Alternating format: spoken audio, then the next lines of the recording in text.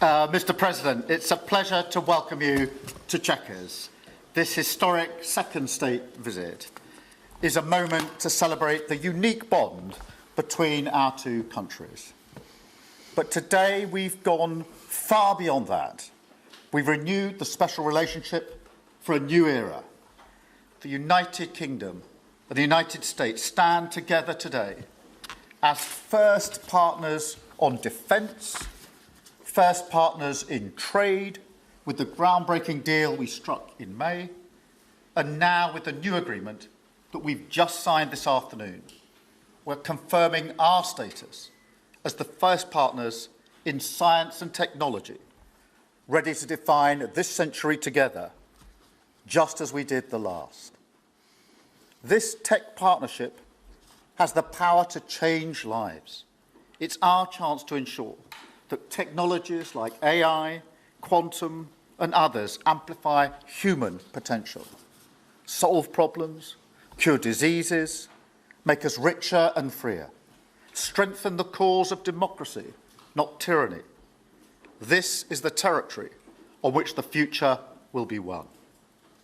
So this partnership today is a signal of our determination to win this race together and to ensure it brings real benefits in jobs, in growth, in lower bills, to put more hard-earned cash in people's pockets at the end of each month.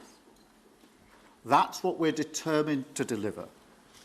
And we're bringing businesses with us. We've just come from a fantastic meeting with business leaders where we set out this vision. They have responded with new deals and investment, breaking every record that we have.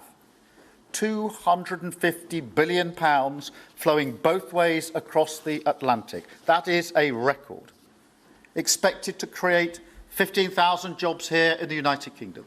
High-skilled jobs in cutting-edge sectors where people can build careers for the long term, changing lives in communities up and down our country. And look, while we shape this bond for a new era, the fundamentals have not changed. Security remains the cornerstone of this special relationship. We have the deepest, most advanced defence relationship in the world. Our warriors train together and they fight together. Our industries build together, everything from fast jets to the new AUKUS-class submarines. So now, as we drive up defence spending, we're going to sweep away the barriers to working together on new defence technologies so we can stay ahead of our adversaries. We're united in defence and security. Yes, absolutely. But we're also united in the pursuit of peace. We are working together to end the humanitarian catastrophe in the Middle East, get the aid in, free the hostages, and ultimately bring Israel and the region back towards a comprehensive plan which can deliver peace and security for Israelis and Palestinians alike. We're also working together to end the killing in Ukraine. In recent days, Putin has shown his true face, mounting the biggest attacks since the invasion began, with yet more bloodshed, yet more innocents killed, and unprecedented violations of NATO airspace. These are not the actions of someone who wants peace. So we've discussed today how we can build our defences further, support Ukraine, and decisively increase the pressure on Putin to get him to agree a peace deal that will last. And President Trump, you have led the way here, and we will continue to stand and work together for security and for peace. Mr. President, next year we'll celebrate the 250th anniversary of the United States. We've come on a long journey together since 1776. But it's no exaggeration to say that the partnership our two nations have built has shaped the world from the beaches of Normandy to the founding of NATO, to the creation of technologies that have revolutionised our lives. Time and time again, it is British and American men and women side by side, changing the path of history and turning it towards our values, towards freedom, democracy, and the rule of law. In Britain, we take huge pride in that. And let's be clear, this relationship is not just about history, it's about the future. It's about the benefits it delivers now and for decades to come, to make our people safer and better off. We've shown today that we're delivering those benefits, improving people's lives. So we will go into that anniversary year more optimistic than ever and more confident than ever about our two great nations and what they can achieve side by side. Thank you. And it is now my pleasure to give the floor to Mr. President. Thank you. Thank you very much, very much. Prime Minister Starmer, Melania and I are tremendously thankful for the wonderful hospitality that you and Lady Starmer have extended today at Chequers. Quite the place, I must say, quite the place. And we're grateful beyond words for the spectacular honor of the state visit yesterday at Windsor Castle, hosted by His Majesty King Charles III and Her Majesty Queen Camilla. These are two fantastic people. We will never forget it. As I said last night, the bond between our countries is like no other anywhere in the world. The United States and the United Kingdom have done more good on this planet than any two nations in human history. That is thanks in large part to the traditions of British liberty, which grew up on these isles, these beautiful, magnificent isles, and were carried by our ancestors to the New World. We're forever joined, and we are forever friends, and we will always be friends. This enduring connection is why I was thrilled that the United Kingdom was the very first country with which we made a historic trade deal, and a very good trade deal. He's a tough negotiator. I think it was a better deal for you than us, but these are minor details. It's a very good deal for both of us. He's a great negotiator. We will extend our unparalleled security alliance into the realm of economic security for the first time, and I look forward to finalizing it very soon. We'll have it done very quickly. We have also just signed a historic technology prosperity deal, one of a kind, to ensure our countries lead the next great technological revolution side by side. In fact, we just left the business leaders, the biggest in the world. Some are in this room right now. And that was quite a meeting we had on business and trade and technology. This trip has galvanized $350 billion in deals across many sectors, and we're committed to ensuring that the UK has a secure and reliable supply of the best AI hardware and software on Earth. And we supply that, and we'll make sure we supply it in quantity to the UK. And we also are joining forces on quantum computing and nuclear power, a natural partnership for close allies. The United States, as you probably have heard, is doing better than it has ever done in terms of business and investment. The stock market has hit a new high, as you know, and that's for many, many days out of our fairly short 8 months. And we seem to be hitting new highs, and I think we're going to do much better even as time goes by. Jobs are at a record, and most importantly, we have more than $17 trillion, $17 trillion, and this is during an 8-month period being invested in the country, which is not only a record, but if you compare $17 trillion to the last year of the Biden administration, they did $250 billion. They didn't do $1 trillion for the 4-year period. We did $17 trillion of investment coming in. A lot of it's because of tariffs, and a lot of it's for a lot of other reasons, but there's never been anything like it. It's an economic superstar. That's what's become. It was mismanaged and badly handled for a long period of time, but it's not badly handled anymore. So that's a record. And remember, that's up until 8 months. We have another few months to go, and that number is going to get significantly higher, especially if we win a certain case that we're waiting to hear. That will be something like the world has never seen. I want to congratulate the United Kingdom on making the vital commitment to spend 5% of GDP on defense at the NATO summit this year. We've worked together very closely in so many ways. I'm very honored to tell you that we've solved 7 wars, wars that were unsolvable, wars that couldn't be negotiated or done. The U.S. has done 7 of them. The one that I thought would be easiest would be because of my relationship with President Putin, but he's let me down. He's really let me down. It was going to be Russia and Ukraine, but we'll see how that turns out. But that turned out to be, I thought it might be among the easiest of the group, but we had settled just about every conflict, and as you know, we're working very hard on Israel and Gaza. All that's happening over there. Complex, but it's going to get done. It'll all get done right. And likewise, Russia and Ukraine will get done. But you never know in war. You know, war is a different thing.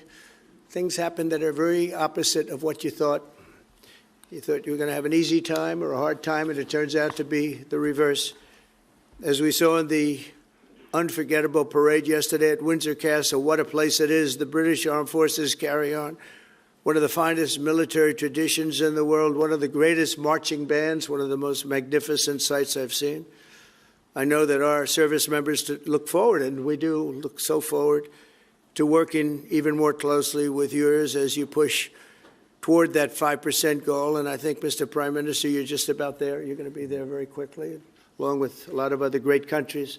I want to thank NATO and our wonderful head of NATO, who's really worked very hard, Mark, for the job they've done. As you know, NATO was at 2% GDP, and they didn't pay it. Now they're at 5%, then they pay it.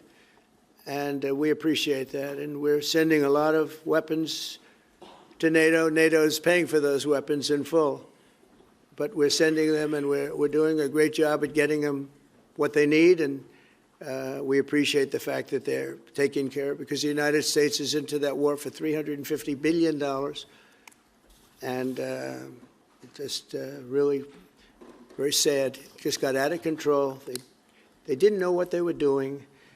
But over the generations, British and American warriors have shed their blood side by side in defense of liberty and freedom. And that's why it's so imperative that the United States and the United Kingdom stand together for these fundamental rights and values of the English-speaking world. And we've always stood together, and we will continue to. Just last week, a great American, Charlie Kirk, was heinously assassinated for speaking his mind. He was a great young man, incredible future. Some people said he might be president someday. I told him, I said, Charlie, I think you have a good shot someday at being president. And he just wanted to take care of youth. He loved youth. I've never seen anybody relate to youth like Charlie, and they related to him, and they're devastated. But I appreciate the many British citizens who have offered their condolences. And again, Charlie was a great person. We'll be going out to a service on Sunday. I'll be leaving with some of the people in this room just to celebrate Charlie and all that he's done. So incredible. Never seen anything like it. But I hope that together our nations can lead a movement to defend the glorious traditions of freedom on both sides of the Atlantic. There could be no greater tribute to the immortal bonds of affection and loyalty that unite the British and the American people for all of time. We have a relationship like no other. It will always be that way. We will always be united. We'll always be together.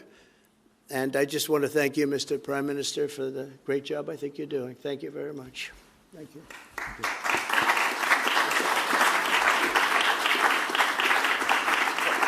Thank you very much, Mr. President. We're going to take some questions. I'll call 2 or 3 to start with, and then I'll pass over to the President. I've got Chris Mason from the BBC first. Chris. Thank you both. Chris Mason, BBC News. Mr. President, the UK is expected to recognise a Palestinian state in the coming days as the killing in Gaza continues. It often seems that you're the only person that Israel will listen to. What more can you say to them to tell them to stop? And why is the UK's position on a Palestinian state, in your view, wrong? And Prime Minister, what will the recognition of a Palestinian state actually achieve? Is it not just gesture politics to appease people in your own party? Thank you both. Well, Chris, let me just start with that, because we discussed this amongst other things. We had the best part of an hour, I think, upstairs earlier today, just one-to-one, going through a number of affairs, world affairs, in private. And we absolutely agree on the need for peace and a roadmap, because the situation in Gaza is intolerable. The hostages have been held for a very, very long time, and they must be freed. And we need aid to get into Gaza at speed. And so it's within that context of a plan for peace, which we're working hard on, which not only did we discuss this morning, but our two teams have been working together on, that the question of recognition needs to be seen. And so it's part of that overall package which hopefully takes us from the appalling situation we're in now to the outcome of a safe and secure Israel, which we do not have, and a viable Palestinian state. Thank you. Well, simply, I want the hostages released now, right now, not 1, 2, we'll give you 3 more tomorrow, and, you know, like it's been, but we're the ones that got all the hostages released. We got many, many came to the Oval Office, and I've heard stories like I've never thought even possible.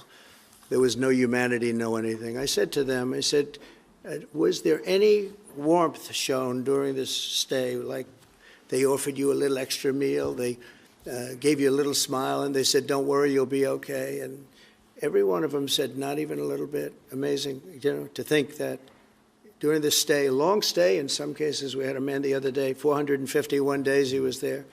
I always ask that question. And was there any warmth shown? Just a little word of, you know, encouragement.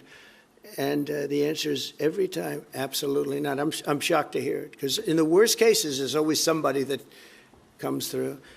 We have to remember October 7th, one of the worst, most violent days in the history of the world, not just there, the history of the world. And I got to see the tapes, and I wish I didn't see them, actually. But I got to see them. And I want an end. I want the hostages released. And I think it's going to be okay, but it has been a brutal period of time.